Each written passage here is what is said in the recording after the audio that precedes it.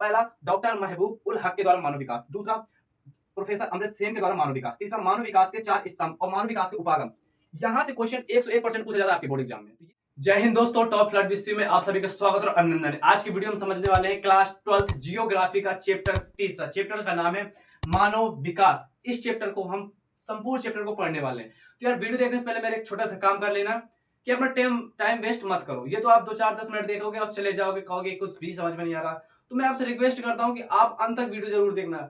अंत तक वीडियो देखने के बाद आपका कोई डाउट रह जाए तो कमेंट में बताना। मैं आपको पूरे वीडियो में कितने सारे पॉइंट समझाऊंगा। पहले ये समझो कि परिचय, हम सबसे पहले परिचय पढ़ेंगे, मानव विकास का सबसे पहले परिचय, फिर सार्थक जीवन के बारे में, फिर विकास के बारे में, फिर वृद्धि। ठीक है, ये सारे पॉइंटों को मैं एक एक करके आपको बताऊंगा। फिर 5वां पॉइंट हम समझेंगे डॉक्टर महबूब उल के बारे में, जिन्होंने मानव विकास की परिभाषा दी थी। एक परिभाषा इन्होंने दी थी।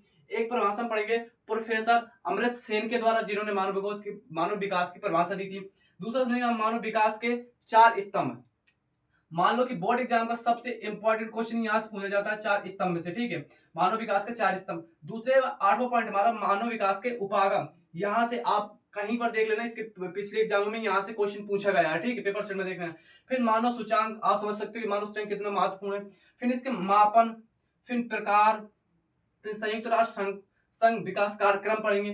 फिर हम उच्च स्तर वाले देश और निम्न स्तर वाले देश हम पढ़ने वाले हैं। अर्थात कि हम सभी पॉइंटों को अच्छे से एक एक पॉइंट को समझेंगे। देखो, जहां से क्वेश्चन विकास से, वृद्धि से, डॉक्टर महबूब उल हक द्वारा, यहां से मापन से, विकास से, सूचांक से, उपागम से और 4 स्तंभ, मतलब तुमको ये 2 पॉइंटों को अच्छे से समझना है। 7वां और 8वां, यही 2 ऐसे पॉइंट है जहां से आपका दीर्घ उत्तरीय क्वेश्चन पूछा जाता है बोर्ड एग्जाम में।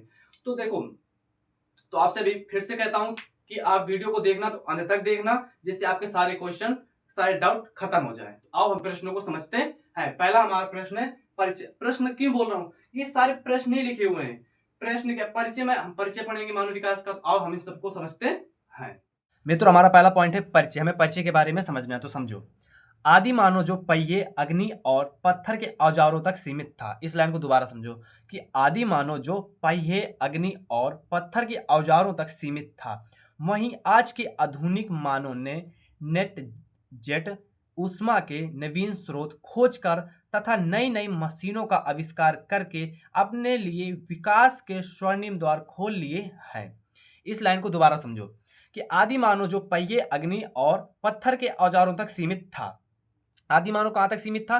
पहिए तक, अग्नि तक और पत्थर के औजारों तक ही सीमित था। जो आज वर्तमान का आधुनिक मानव है, उसने नेट, जेट इंजन, ऊष्मा की नवीन स्रोत को खोजकर तथा नई नई मशीनों का आविष्कार करके अपने लिए विकास के स्वर्णिम द्वार खोल लिए हैं। इस धरा मतलब पृथ्वी, इस धरा मतलब पृथ्वी, इस धरा के प्रत्येक वस्तु बढ़ती है। इस धरा में प्रत्येक वस्तु बढ़ती है। पौधे वृक्ष के रूप में, गांव नगर के रूप में, विचार दर्शन के रूप में और राष्ट्र विकसित राष्ट्र के रूप में वृद्धि होती है और विकास यहाँ पर आगे बढ़ता है। देखो, एक बार इसको और अच्छे समझो कि परिचय में लिखना है कि आदि मानव जो पहिए और अग्नि और पत्थर के औजारों तक सीमित था, वहीं आज के आधुनिक मानव ने नेट, जेट, ऊष्मा के नवीन स्रोत खोजकर तथा नई नई मशीनों का आविष्कार करके अपने लिए विकास के स्वर्णिम द्वार खोल लिए हैं। इस धरा के प्रत्येक वस्तु बढ़ती है। पौधे वृक्ष के रूप में, गांव नगर के रूप में, विचार दर्शन के रूप में और राष्ट्र विकसित राष्ट्र के रूप में वृद्धि और विकास पर आगे बढ़ते हैं। यह था हमारा परिचय। अब हमें समझना है सार्थक जीवन। सार्थक जीवन के बारे में समझना है। सार्थक जीवन क्या है? सार्थक जीवन केवल दीर्घ नहीं होता, अर्थात लंबा नहीं होता। सार्थक जीवन केवल दीर्घ नहीं होता। दीर्घ मतलब लंबा और बहुत समय तक चलने वाली चीज को दीर्घ कहते हैं। ठीक है, कि सार्थक जीवन केवल दीर्घ नहीं होता, जीवन का कोई उद्देश्य होना चाहिए, उद्देश्य को पूरा करना सार्थक जीवन कहलाता है। सार्थक जीवन को एक बार और समझो कि सार्थक जीवन केवल दीर्घ नहीं होता, जीवन का कोई उद्देश्य होना चाहिए। अर्थात देखो, सार्थक जीवन का ये मतलब नहीं कि आपका जीवन लंबा है, बहुत बड़ा है, 1000 साल आप जी रहे हैं। सार्थक जीवन का कोई मतलब नहीं है, इसका कोई मतलब नहीं है। सार्थक जीवन का मतलब है कि जीवन में कोई उद्देश्य होना चाहिए। जैसे आपका उद्देश्य है कि मुझे बोर्ड एग्जाम में 90 प्लस स्कोर करना है, ऐसे ही हमारे जीवन में एक उद्देश्य होना चाहिए। उद्देश्य को पूरा करना ही सार्थक जीवन कहलाता है। अब हमें समझना है विकास के बारे में। विकास क्या होता है? गुणात्मक परिवर्तनों को विकास कहा जाता है। गुणात्मक अर्थात आपके पास 10 गुण हैं तो आपके अंदर विकास है। आप यदि 3-4 लैंग्वेज बोल लेते तो आपके अंदर विकास है।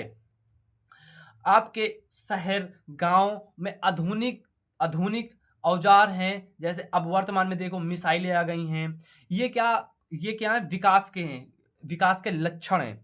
जैसे विकसित देश होते हैं, आपके यहाँ घूमने फिरने के लिए पार्क है, आपके यहाँ जाने के लिए ट्रेनें हैं, आपके चलने के लिए बसें हैं, आपको पैदल न निकलने के लिए कारें हैं। ये सब क्या विकास है, ठीक है।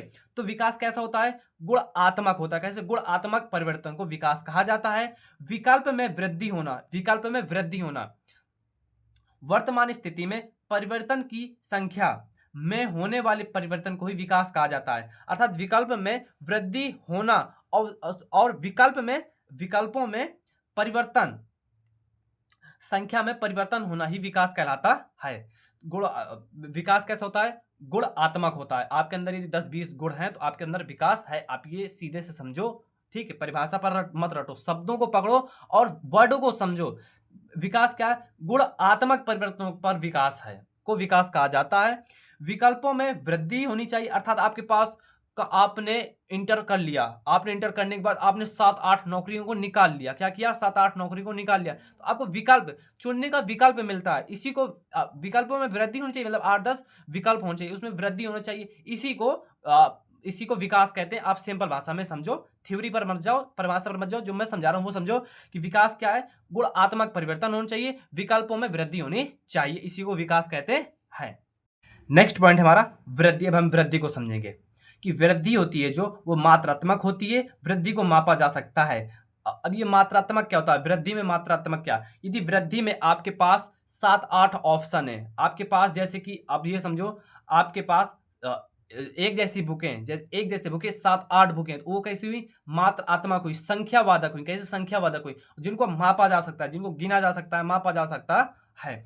वृद्धि जो होती है वो धनात्मक और ऋणात्मक दोनों प्रकार की हो सकती है। ऋणात्मक और धनात्मक संख्याओं में होने वाले परिवर्तन को वृद्धि कहा जाता है। वृद्धि को देख सिंपल भाषा में समझो कि वृद्धि जो होती है उसे मात्रात्मक होती है, उसे मापा जा सकता है। वृद्धि धनात्मक और ऋणात्मक दोनों प्रकार की वृद्धि हो सकती है। ये हमारा वृद्धि है। सिंपल भाषा में आपको समझना है कि जो वृद्धि होती है वो मात्रात्मक होती है, अर्थात मात्रा में वृद्धि होती है। अब वृद्धि को मापा जा सकता है। जैसे आपके पास जैसे आपको एक दिन में आप 2 लीटर दूध पीते हैं। कितना? 2 लीटर दूध पीते हैं। आपकी वृद्धि में 10 लीटर दूध है। कितना है? 10 लीटर। आपकी वृद्धि में 10 लीटर प्रतिदिन दूध है और आप 2 लीटर दूध पीते हैं, आपके पास 10 लीटर दूध है। वो मात्रा है, मात्रा में कि वो 10 लीटर में है, पहली बात तो मात्रा में, उसे फिर मापा जा सकता है। वृद्धि जो होती है वो धनात्मक हो सकती है और ऋणात्मक भी हो सकती है। दोनों की संख्या में होने वाले परिवर्तन को वृद्धि कहा जाता है। आशा करता हूं आपको वृद्धि, विकास, सार्थक जीवन और परिचय समझ में आ गया होगा। अब हम समझेंगे नेक्स्ट पॉइंट। नेक्स्ट पॉइंट हमारा विकास और वृद्धि में अंतर। हमें विकास और वृद्धि में अंतर समझना है कि इनमें अंतर क्या होता है। अंतर क्या होता है?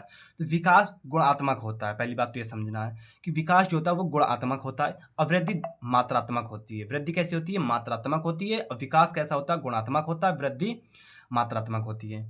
विकास विकल्पों में वृद्धि होना विकास कहलाता है। विकास जो है वो विकल्पों में वृद्धि होना कहलाता है और वृद्धि को मापा जा सकता है। वृद्धि को मापा जा सकता है।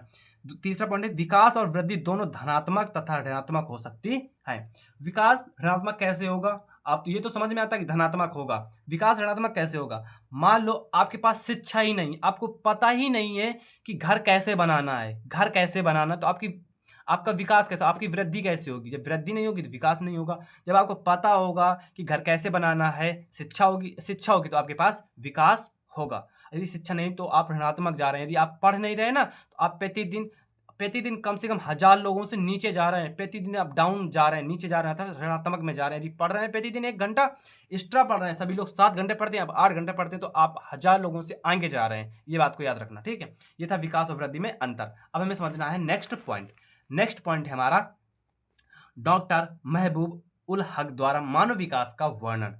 अर्थात परिभाषा समझो, वर्णन समझो, संक्षिप्त टिप्पणी समझो, जैसे भी समझ में आए उसे समझो कि डॉक्टर महबूब उल हक द्वारा मानव विकास का वर्णन। इन्होंने कैसे मानव विकास को वर्णन किया वो समझो। मानव विकास का अभिप्राय ऐसे विकास से है जो लोगों के विकल्पों में वृद्धि करता है और उसके जीवन में सुधार करता है। विकास का मूल उद्देश्य ऐसी दशाओं को उत्पन्न करना है जिनमें लोग सार्थक जीवन व्यतीत कर सकें। असार्थक जीवन को मैंने आपको बताया, सार्थक जीवन क्या था कि हमारे जीवन में कोई एक उद्देश्य होना चाहिए, उसी को सार्थक जीवन कहते हैं।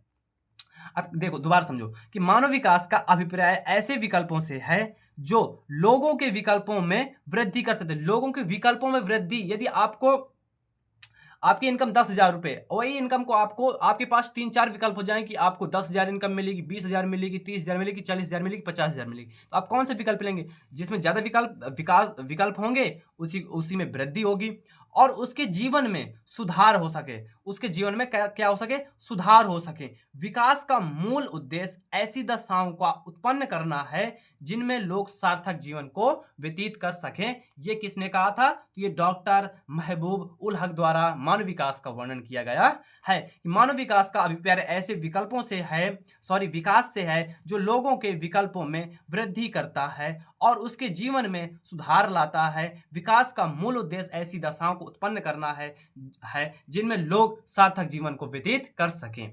ये अब हम समझेंगे नेक्स्ट पॉइंट। अब हमें समझना है नेक्स्ट पॉइंट है हमारा, प्रोफेसर अमर्त्य सेन ने मानव विकास का वर्णन कैसे किया, हमें इसे समझना है। ठीक है, तो प्रोफेसर अमर्त्य सेन ने मानव विकास को स्वतंत्रता में वृद्धि के रूप में देखा है। कैसे मानव विकास को स्वतंत्रता में वृद्धि के रूप में देखा है? उनका मत है कि स्वतंत्रताओं में वृद्धि भी विकास लाने वाला सर्वाधिक प्रभावशाली माध्यम है। उनका लक्ष्य स्वतंत्रता की वृद्धि में सामाजिक और राजनीतिक संस्थाओं तथा प्रक्रियाओं की भूमिका की खोज करना है। उनका यह कार्य मानव विकास को समझने में मील के पत्थर का काम करता है। इसको दोबारा समझो कि मानव विकास को स्वतंत्रता में वृद्धि के रूप में देखा है। उनका मत है कि स्वतंत्रताओं में वृद्धि भी विकास लाने वाला सर्वाधिक प्रभावशाली माध्यम है। उनका लक्ष्य स्वतंत्रता की वृद्धि में सामाजिक और राजनीतिक संस्थाओं तथा प्रक्रियाओं की भूमिका की खोज करना है। उनका यह कार्य मानव विकास को समझने में मील के पत्थर का काम करता है। अब हमें समझना है नेक्स्ट पॉइंट। अब हमें समझना है सबसे इंपॉर्टेंट टॉपिक, मानव विकास के 4 स्तंभ। ऐसा कोई सा भी सेट नहीं जिसमें यहाँ से एक क्वेश्चन न पूछा गया हो, चाहे वो अति लघु उत्तरीय में पूछा गया हो, चाहे दीर्घ उत्तरीय में पूछा गया हो, चाहे लघु उत्तरीय में पूछा गया हो, पर यहाँ से एक क्वेश्चन पूछा जाता है। या फिर एमसीक्यू क्यों ना हो, यहाँ से एमसीक्यू में भी क्वेश्चन पूछा जाता है कि मानव विकास के कितने स्तंभ थे? 4 स्तंभ थे। मानव विकास का भवन 4 स्तंभों पर टिका हुआ है जो निम्नवत है। मानव विकास का भवन 4 स्तंभों पर टिका हुआ है। क्षमता, सतत पोषणीयता, उत्पादकता और सशक्तिकरण, ये चारों पॉइंट हैं। चारों स्तंभ पर मानव विकास का भवन टिका हुआ है। क्षमता, सतत पोषणीयता, उत्पादकता, सशक्तिकरण। तो पहला हमें समझना है क्षमता के बारे में। ठीक है, इसको अच्छे से समझते हैं और अच्छे से नोट करना कि उपलब्ध अवसरों में प्रत्येक व्यक्ति को समान भागीदारी मिलना ही समानता है। लोगों को अवसर, लिंग, प्रजाति, आय और भारत के संदर्भ में जाति के भेदभाव के विचार के बिना समान होना चाहिए। क्षमता में देखो समझना है कि उपलब्ध अवसरों में प्रत्येक व्यक्ति को समान भागीदारी मिलना ही समानता है, बराबरी है। लोगों को अवसर, लिंग, प्रजाति, आय और भारत के संदर्भ में जाति के भेदभाव के विचार के बिना समान होनी चाहिए। अर्थात अब यहाँ समझो, अर्थात इसके आगे समझो कि भारत में स्त्रियों और आर्थिक दृष्टि से दुर्बल वर्ग अर्थात कमजोर वर्ग, पिछड़ा वर्ग, बेरोजगार वर्ग, गरीब परिवार तक समझो कि भारत में स्त्रियों और आर्थिक दृष्टि से दुर्बल परिवार, कमजोर परिवार के बच्चे अपनी पढ़ाई पूरी नहीं कर पाते हैं। सबसे मेन पॉइंट है, समझा रहा हूं, और ये अपने जीवन में याद भी रखना कि भारत में स्त्री और आर्थिक दृष्टि से दुर्बल वर्ग अर्थात गरीब घर के बच्चे अपनी पढ़ाई पूरी नहीं कर पाते। निर्धनता, बेरोजगारी तथा दयनीय पारिवारिक दशाएं अच्छी न होने के कारण अच्छी शिक्षा नहीं मिल पाती है, जिससे उनका विकास बाधित हो जाता है। आप समझो कि देखो, कोई देखो कि मतलब अब मैं तुम्हें एक अच्छी चीज़ सिखा रहा हूँ, उसे समझो। किसी के पास 100 रुपए हैं, कितने 100 रुपए हैं। अब तुम्हारे पास 10 रुपए हैं। ये कोई गरीब है, ये अमीर है।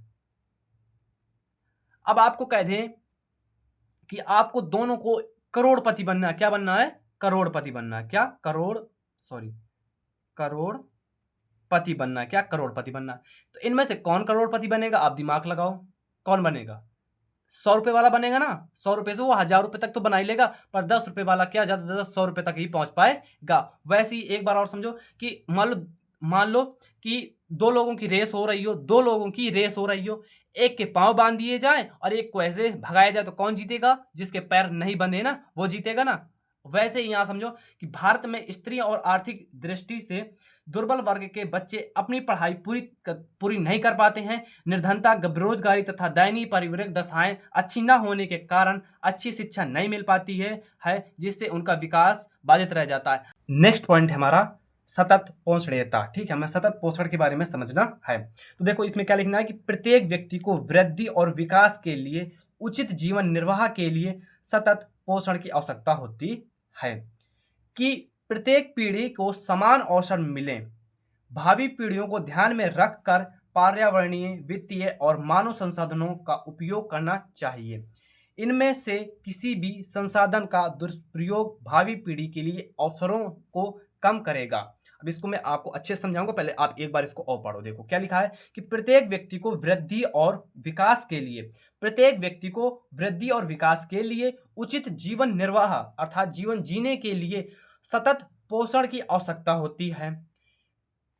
प्रत्येक पीढ़ी को समान अवसर मिले अर्थात आने वाली पीढ़ी, पिछली पीढ़ी और आने वाली पीढ़ी, भविष्य की, प्रेजेंट की, पास्ट की, प्रत्येक पीढ़ी को समान अवसर मिले। भवी पीढ़ी का मतलब होता है आने वाली पीढ़ी, आने वाली अर्थात फ्यूचर। आपके बच्चे एक पीढ़ी कहलाएंगे। जब वो 18, 19 साल, 20 साल हो जाएंगे, वो भी एक पीढ़ी। बस आप पीढ़ी पर पीढ़ी, पीढ़ी दर पीढ़ी, एक व्यक्ति की 4 पीढ़ी होती है। पहले आपके मान लो, पहले आपके दादा, कौन? आपके दादा, दादा दादी, दादा दादी। फिर अब दादा दादी से कौन आएगा? आपके मम्मी पापा। कौन? Mummy papa. मम्मी पापा से कौन आएगा? आप। कौन आओगे? आप। आपसे कौन आओगे? तुम्हारे बच्चे। कौन आएगा? बच्चे। ये फर्स्ट पीढ़ी, ये सेकेंड पीढ़ी, ये थर्ड पीढ़ी और ये फोर्थ पीढ़ी। ये आने वाली पीढ़ी होती है। इसके लिए फर्स्ट है, ये सेकेंड है, ये थर्ड है, ये फोर्थ है। आगे समझ, ऐसे ही सबको होता है, ऊपर से नहीं, यहाँ से नहीं होता। ये फर्स्ट, ये सेकेंड, ये थर्ड, ऐसे होता है। समझ में आया कि प्रत्येक व्यक्ति को वृद्धि और विकास के लिए, उचित जीवन निर्वाह के लिए सतत पोषण की आवश्यकता होती है। प्रत्येक पीढ़ी को समान अवसर मिलने चाहिए। प्रत्येक पीढ़ी को अर्थात हर एक बच्चे को, हर एक पीढ़ी को समान अवसर मिलने चाहिए। भावी पीढ़ी को ध्यान में रखकर पर्यावरणीय, वित्तीय और मानव संसाधनों का उपयोग करना चाहिए, जिनमें से किसी भी संसाधन का दुष्प्रयोग भावी पीढ़ी के लिए अवसरों पर कम करेगा। ठीक है, अब इसके आगे समझो, तब आपको समझ में आएगा कि इसमें क्या समझा है कि बालकों और बालिकाओं को विद्यालय में शिक्षा के उचित अवसर दिए जाने चाहिए, अन्यथा युवा अवस्था में वे अवसरों की समानता से हाथ धो बैठेंगे या बैठेंगी, जिससे उन्हें रोजगार के समान समान विकल्पों का लाभ नहीं मिल पाएगा। देखो समझो कि बालक हो चाहे बालिका हो, को विद्यालय में शिक्षा के समान उचित अवसर मिलने चाहिए। यदि कोई लड़का है, मान लो कोई बालक है, यदि वो पीएचडी कर रहा है, तो बालिका को भी पीएचडी करने के समान अवसर मिलने चाहिए। अब बालिका को नहीं मिलते, जैसे उसका 12th होता है, उसके लोग शादी करा देते हैं, उनको सही से पढ़ने नहीं देते। यदि वो गरीब घर से है, उन पर लोग, गांव के लोग उंगली उठाने लगते हैं कि वो आपकी लड़की वहाँ विद्यालय जा रही है। मतलब लोग उंगली उठाने लगते हैं बालिकाओं का, पर ऐसा नहीं करना चाहिए। उनको शिक्षा में समान अवसर देना चाहिए, अन्यथा वो युवावस्था का मतलब होता है जैसे कि आप लोग युवावस्था, जैसे मैं भी हूं और आप लोग युवा हैं। ठीक है, 18 से 25 साल, 30 साल के बच्चों को युवा कहते हैं। मैं समान अवसर, मतलब अवसरों की समानता या समान अवसर मिलने चाहिए, नहीं वो अपने समान अवसरों से वो हाथ धो बैठेंगे या बैठेंगी, जिससे उन्हें रोजगार नहीं मिलेगा, अर्थात उन्हें जॉब या फिर मतलब कोई ऐसा सोर्स नहीं मिलेगा जहाँ से वो अपने जीवन का निर्वाह कर सके, अपने जीवन की जीविका चला सके, ऐसा कोई विकल्प नहीं मिलेगा।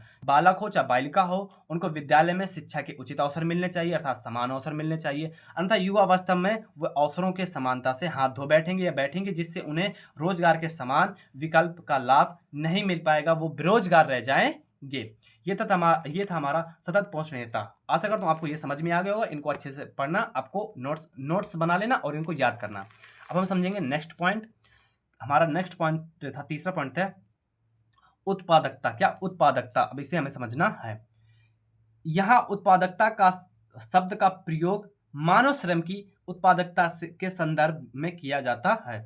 लोगों का समर्थ और क्षमता बनाकर मानव श्रम की उत्पादकता को निरंतर बेहतर बनाना चाहिए। लोगों के ज्ञान को बढ़ाने के प्रयास तथा उन्हें बेहतर चिकित्सा सुविधा उपलब्ध कराने से उनकी कार्य क्षमता बढ़ती चली जाएगी, बेहतर होती चली जाएगी।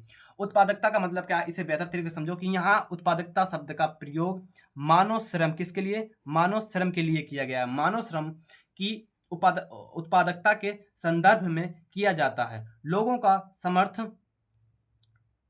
समर्थ और क्षमता बनाकर मानव श्रम की उत्पादकता को निरंतर बेहतर बनाना चाहिए। लोगों को ज्ञान को बढ़ाने के लिए प्रयास तथा उन्हें बेहतर चिकित्सा सुविधा उपलब्ध कराना चाहिए, जिनसे उनकी कार्य क्षमता बेहतर होगी। इसका मतलब कि मजदूरों के लिए एक अच्छा उत्पाद, जिससे वो मतलब उत्पाद से अपनी जीविका को चला सके, काम करके अपनी जीविका को चला सके। उनको बेहतर नियंत्रण उत्पादकता से उनके मानव जीवन को बेहतर बनाना चाहिए, जिससे वो लोग को अच्छा ज्ञान होगा तो वो अच्छा प्रयास कर पाएंगे, जिससे उनका जीवन अच्छा हो जाएगा। ये था उत्पादकता। अब हम समझेंगे इसका नेक्स्ट पॉइंट। नेक्स्ट पॉइंट हमारा सशक्तिकरण। सशक्तिकरण में हमें लिखना है, सशक्तिकरण का तात्पर्य आर्थिक व सामाजिक रूप से पिछड़े हुए लोगों को हर तरह से समर्थ बनाना, जिससे वे विभिन्न विकल्पों को चुन पाएंगे, उन्हें स्वतंत्रता मिल जाएगी। अब ये पिछड़ा वर्ग क्या होता है, पिछड़ा वर्ग ओबीसी। क्या ओबीसी, आप समझ लो, इंग्लिश में ओबीसी को कहते हैं पिछड़े वर्ग, ठीक है।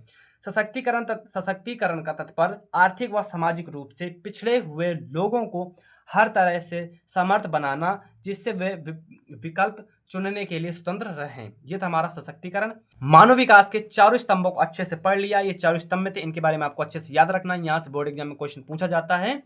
अब हम समझेंगे इसके नेक्स्ट पॉइंट। मित्रों, हमारा नेक्स्ट पॉइंट है मानव विकास के विभिन्न उपागम। यहाँ से भी बहुत तगड़ा क्वेश्चन बनता है आपके बोर्ड एग्जाम में, तो इसको भी अच्छे से याद रखना है। मानव विकास के विभिन्न उपागम। मानव विकास की समस्याओं को देखने और समझने के उपायों को मानव विकास के उपागम कहते हैं। मानव विकास के कुछ महत्वपूर्ण उपागम निम्नलिखित हैं। मानव विकास की समस्याएं, मतलब जो समस्याएं हैं, समस्याएं से हम जूझ रहे हैं, जैसे शिक्षा से, स्वास्थ्य से, उनको देखने और समझने के उपायों को मानव विकास के उपागम कहा जाता है। मानव विकास के कुछ महत्वपूर्ण उपागम है जो वो निम्नलिखित हैं। आपको याद रखना, उपागम का क्या मतलब है कि मानव विकास की समस्याओं को देखने और समझने के उपायों को ही उपागम कहा जाता है।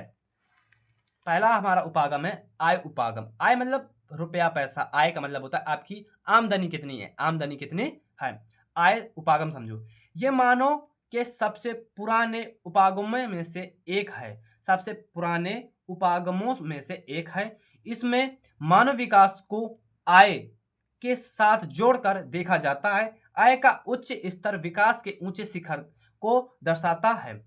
आय उपागम में आपको लिखना है, ये मानव के सबसे पुराने उपागमों में से एक है। इसमें मानव विकास को आय के साथ जोड़कर देखा जाता है। आय का उच्च स्तर विकास के ऊंचे शिखर को दर्शाता है। मान लो आपके पास बहुत ज्यादा आय है तो आप अच्छा ही काम करेंगे, मतलब ऊंचा काम करेंगे। स्तर मतलब विकास का ऊंचा स्तर ले जाएंगे। जैसे आपके पास मान लो 10 करोड़ रुपए हैं, तो आप क्या सोचेंगे, यार मैं इसको 100 करोड़ में बदल दूं। यदि आपके पास 100 करोड़ है तो आप क्या सोचेंगे, इसे मैं 1000 करोड़ में बदल दूं।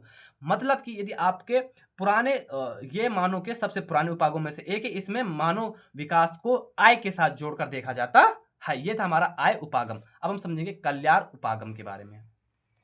हमें अब समझना है कल्याण उपागम। इसमें क्या समझना है आपको कि ये उपागम मानव को लाभार्थी अथवा सभी विकासात्मक गतिविधियों के लक्ष्य के रूप में देखता है। कल्याण में क्या है, ये जो है ये ये उपागम मानव को लाभ अर्थात लाभार्थी मतलब तो आपको लाभ कितना है, लाभ अथवा सभी विकासात्मक आपका लाभ और विकास आत्मक लाभ और विकास गतियों को देखता है। आपका लाभ और विकास कितना हो रहा है इसको देखता है, उसको ये नोट करता है, लक्ष्य करता है, लक्ष्य के रूप में देखता है। एक बार और समझो, ये उपागम मानव को लाभार्थी अथवा सभी विकासात्मक गतिविधियों के लक्ष्य के रूप में देखता है। सरकार कल्याण पर अत्यधिक या अधिकतम व्यय करके मानव विकास में स्तरों में वृद्धि करने के लिए जिम्मेदार होता है। देखो ये इसका क्या मतलब है, अच्छे से समझो कि जो सरकार कल्याण है, क्या सरकार जो होती है वो कल्याण पर अत्यधिक व्यय करके, व्यय मतलब कि इन्वेस्ट करके, मतलब इसमें खर्च करके मानव विकास के स्तरों में वृद्धि करने के लिए जिम्मेदार होता है। ये था हमारा कल्याण उपागम। अब हम समझेंगे इसका नेक्स्ट हमारा तीसरा है कि आधारभूत आवश्यकताएं उपागम। आधारभूत आवश्यकताएं उपागम, इसमें क्या समझना है कि इस उपागम को मूल रूप से अंतरराष्ट्रीय श्रम अर्थात किसान संगठन ने प्रस्तावित किया था। इसमें 6 न्यूनतम आवश्यकताओं की अनिवार्यता होती है। इस उपागम को मूल रूप से अंतरराष्ट्रीय श्रम संगठन ने प्रस्तावित किया था। इसमें 6 न्यूनतम आवश्यकताओं की अनिवार्यता होती है, अर्थात हमें 6 चीज़ों की आवश्यकता होती है। प्रत्येक व्यक्ति को, प्रत्येक वो चाहे अमीर हो गरीब हो कैसा भी व्यक्ति हो, उसे 6 चीज़ों की आवश्यकता होती है। किस किस चीज़ की? शिक्षा, भोजन, जलपूर्ति अर्थात जलपूर्ति, स्वच्छता, स्वास्थ्य और आवास। आवास मतलब कि घर मकान, घर, ठीक है।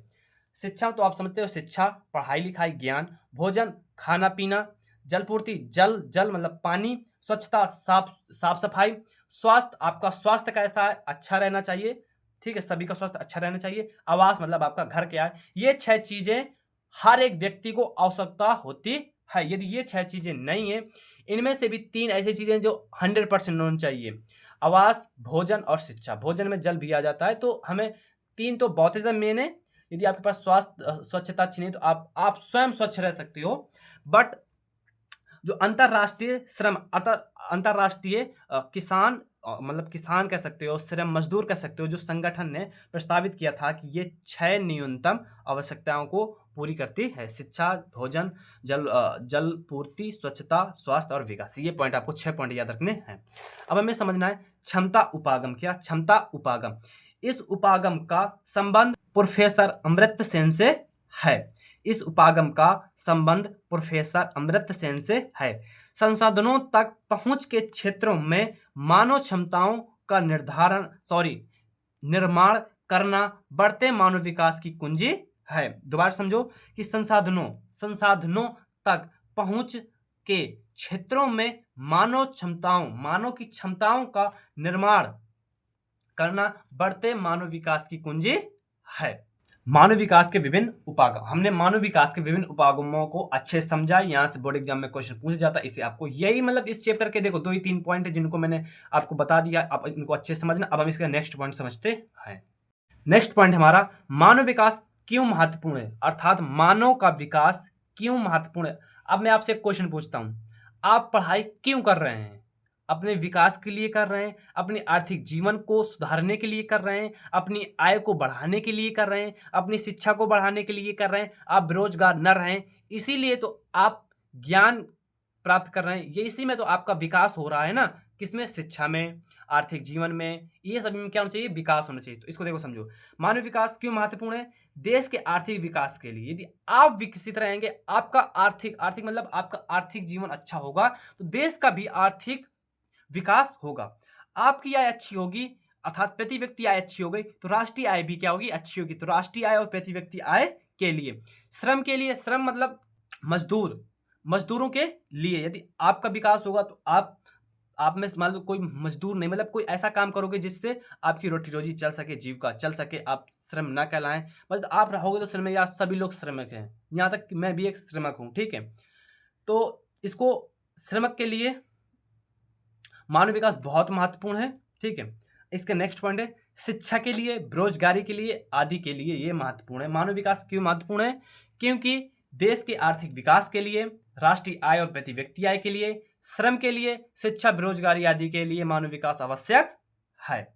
हमारा नेक्स्ट पॉइंट है और अति महत्वपूर्ण पॉइंट है मानव विकास सूचांक। मानव विकास सूचांक एक मापक है। देखो, मानव विकास सूचांक के स्थान पर मानव विकास मापक भी लिखा रहता है कहीं कहीं, ठीक है। तो आपको घबराना नहीं है और आपको अच्छे समझना है, कहीं सूचांक या मापक आ जाए तो एक ही है, सूचांक और मापक एक ही है। तो मानव विकास सूचांक एक मापक है। एक मापक है, वो कई भी लिखा भी है मैंने कि एक मापक है जिसके द्वारा किसी देश के लोगों के विकास का मापन करके स्वास्थ्य, शिक्षा के स्तर तथा संसाधनों तक उनकी पहुंच के संदर्भ में किया जाता है। यह सूचांक 0 और 1 के बीच में कुछ भी हो सकता है। 0 और 1 के बीच में कुछ भी हो सकता है, अर्थात 0.8, 0.9, 0.2 ऐसे कुछ भी हो सकता है। तो मानव विकास सूचांक क्या है?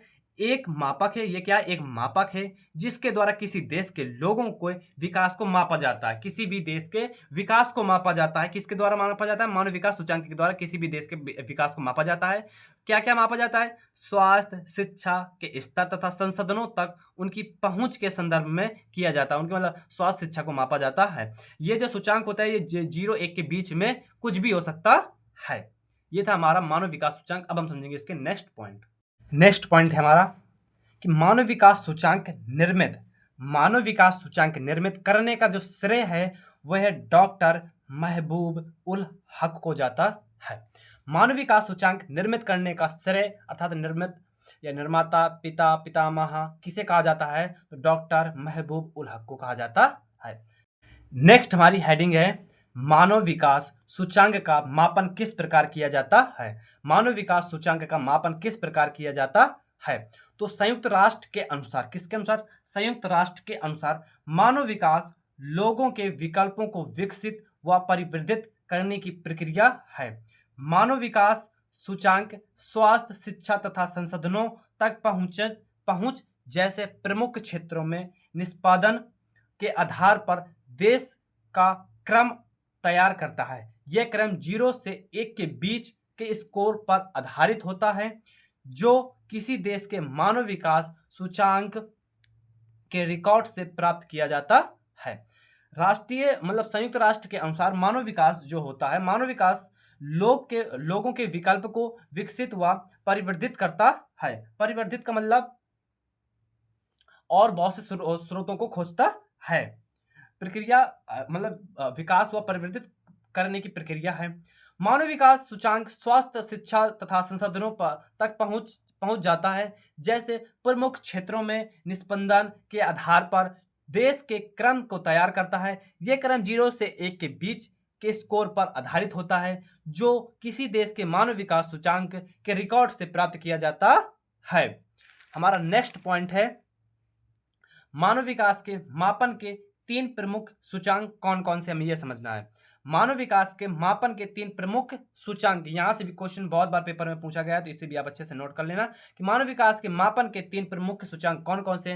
पहला है स्वास्थ्य, दूसरा है शिक्षा, तीसरा है संसाधनों तक पहुंच। तो हम पहला समझेंगे स्वास्थ्य। स्वास्थ्य में लिखना है, समझना है कि स्वास्थ्य का मूल्यांकन करने के लिए चुना गया सूचक जन्म, क्या सूचक जन्म के समय जीवन प्रत्याशा है जो दीर्घ एवं स्वस्थ जीव का सूचक है। स्वास्थ्य का मूल्यांकन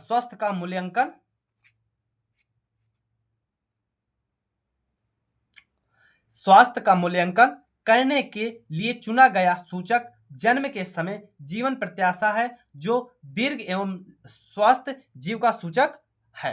अब सेकेंड पॉइंट हमें शिक्षा, तो शिक्षा समझना है कि शिक्षा का मूल्यांकन करने के लिए प्रौढ़ साक्षरता दर और सकल नामांकन अनुपात को आधार माना जाता है। यह मनुष्य की ज्ञान तक पहुंच को प्रदर्शित करता है। शिक्षा का मूल्यांकन करने के लिए प्रौढ़ साक्षरता दर और सकल नामांकन अनुपात को आधार माना जाता है। यह मनुष्य की ज्ञान तक पहुंचने को प्रदर्शित करता है। तीसरा पॉइंट समझो, संसाधनों तक पहुंच। क्या संसाधनों तक पहुंच? यह लोगों की क्रय शक्ति को प्रकट करता है। यह आर्थिक समर्थन कार सूचक करता है, समर्थ कार को सूचक करता है। यह लोगों की क्रय मतलब आपके पास कितना रुपया पैसा है, शक्ति को प्रकट करता है, क्रय को प्रकट करता है। यह आर्थिक समर्थ का सूचक है। नेक्स्ट पॉइंट हमारा कि संयुक्त राष्ट्र विकास कार्यक्रम, संयुक्त राष्ट्र विकास कार्यक्रम इसे समझो कि 1990 से संयुक्त राष्ट्र विकास कार्यक्रम यूएनडीपी ये याद रखना, मानव विकास सूचांक, मानव विकास सूचांक और मानव गरीबी सूचांक को मापकर मानव विकास रिपोर्ट प्रकाशित करते हैं। 1990 में संयुक्त राष्ट्र विकास कार्यक्रम यूएनडीपी मानव विकास सूचांक और मानव गरीबी सूचांक को मापकर मानव विकास रिपोर्ट प्रकाशित करता है। अब हमें समझना है मानव विकास के उच्च स्तर वाले देश कौन कौन से उच्च स्तर वाले देश, तो उन्हें समझना है कि मानव विकास के उच्च स्तर वाले देश, तो उच्च स्तर वाले देशों में शिक्षा एवं स्वास्थ्य पर सरकार द्वारा अत्यधिक निवेश किया जाता है।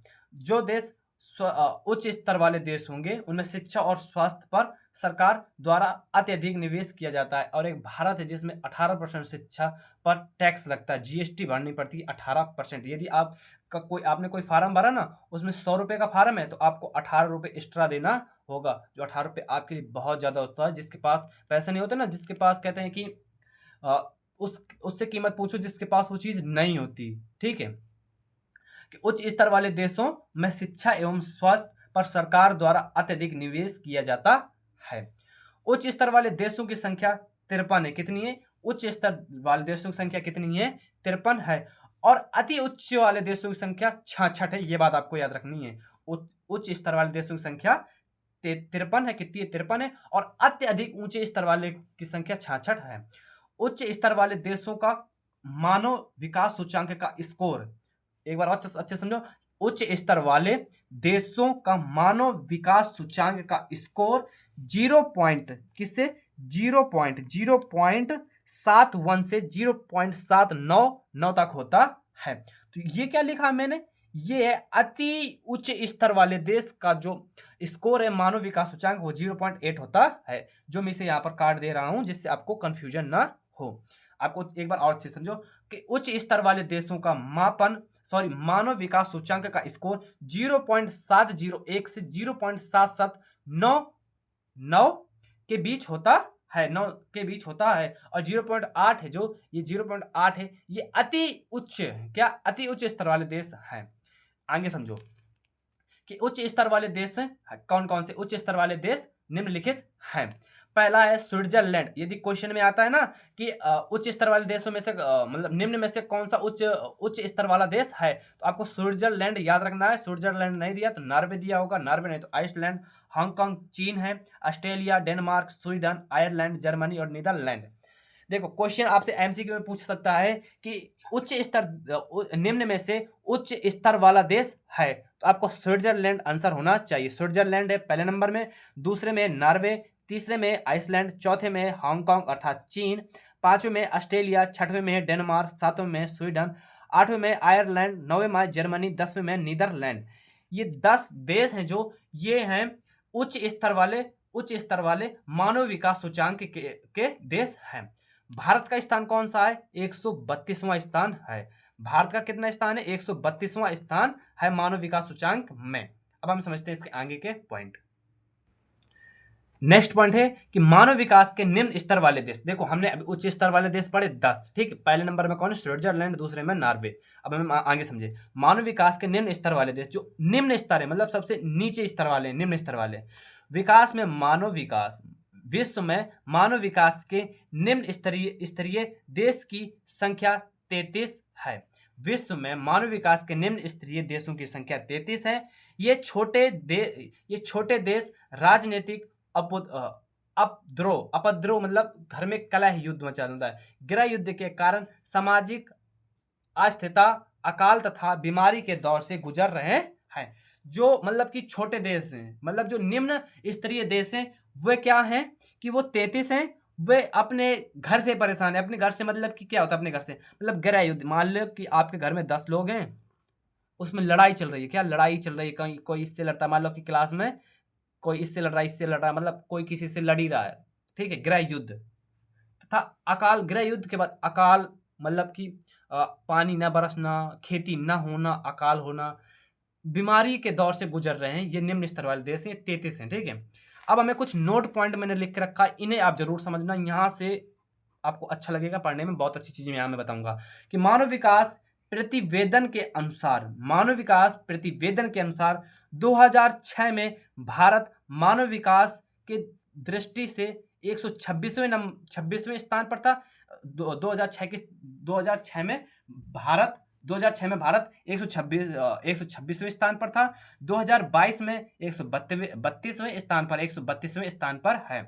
तीसरा है सकल राष्ट्रीय संपन्नता वाला देश भूटान है। यदि यहाँ पर विश्व भी लिख के आ जाए ना तो चिंता मत करना, विश्व सकल राष्ट्रीय प्रसन्नता वाला देश है भूटान, ठीक है, ये बात याद रखना। यूएनडीपी का फुल फॉर्म होता है संयुक्त राष्ट्र विकास कार्यक्रम। और लास्ट के 2 पॉइंट है उन्हें और समझ लो कि डॉक्टर महबूब उल हक पाकिस्तानी अर्थशास्त्री थे और अमृत सेन थे, वो नोबेल पुरस्कार विजेता भारतीय अर्थशास्त्र थे। मित्रों यहाँ पर चैप्टर होता है समाप्त। मैं ऐसा करता हूँ आपको मैंने सारे पॉइंटों को एक एक समझा दिया, आपको सारे पॉइंट अच्छे से समझ में आए होंगे। देखो मेरा फिर से आपसे रिक्वेस्ट कर रहा हूँ कि आप ये सारे पॉइंटों को समझना, और देखो मैं तुमको 4-5 पॉइंट बता दे रहा हूँ, उनको जरूर याद कर लेना। पहला, डॉक्टर महबूब उल हक के द्वारा मानव विकास। दूसरा, प्रोफेसर अमृत सेन के द्वारा मानव विकास। तीसरा, मानव विकास के 4 स्तंभ और मानव विकास के उपागम। यहाँ से क्वेश्चन 101% पूछा जाता है आपके बोर्ड एग्जाम में, तो ये इनको तैयार कर लेना। और यदि चैनल पर नया हो तो चैनल को सब्सक्राइब कर देना, वीडियो को लाइक कर देना, छोटा सा कमेंट जरूर करना। अब हम मिलेंगे नेक्स्ट वीडियो में, जब तक के लिए जय हिंद जय भारत।